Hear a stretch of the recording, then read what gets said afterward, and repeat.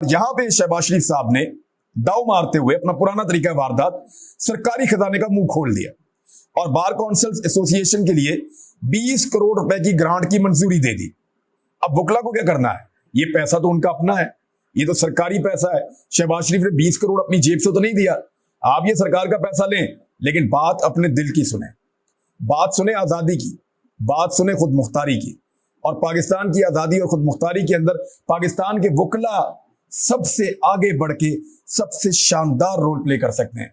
शहबाज शरीफ को खतरा इस बात का भी है कि पिछले दिनों जो विजुअल्स आ रहे हैं जिनमें वकला को गाड़ियों से निकाल कर डंडों से मारा जा रहा है, इसके ऊपर जो शहबाज शरीफ के करीबी वकला है उन्होंने उसको बताया कि मियां साहब वकीलों के अंदर बहुत गुस्सा है और जिस तरीके से आपकी पुलिस ने वकीलों पर टॉर्चर किया है, वकला इसका रद्द अमल देना चाहते हैं और आने वाले दिनों में आपको इस रद्द अमल का सामना करना पड़ेगा। तो उनको लगता है कि वो पैसे से सब कुछ खरीद सकते हैं। तो इस मर्तबा वकला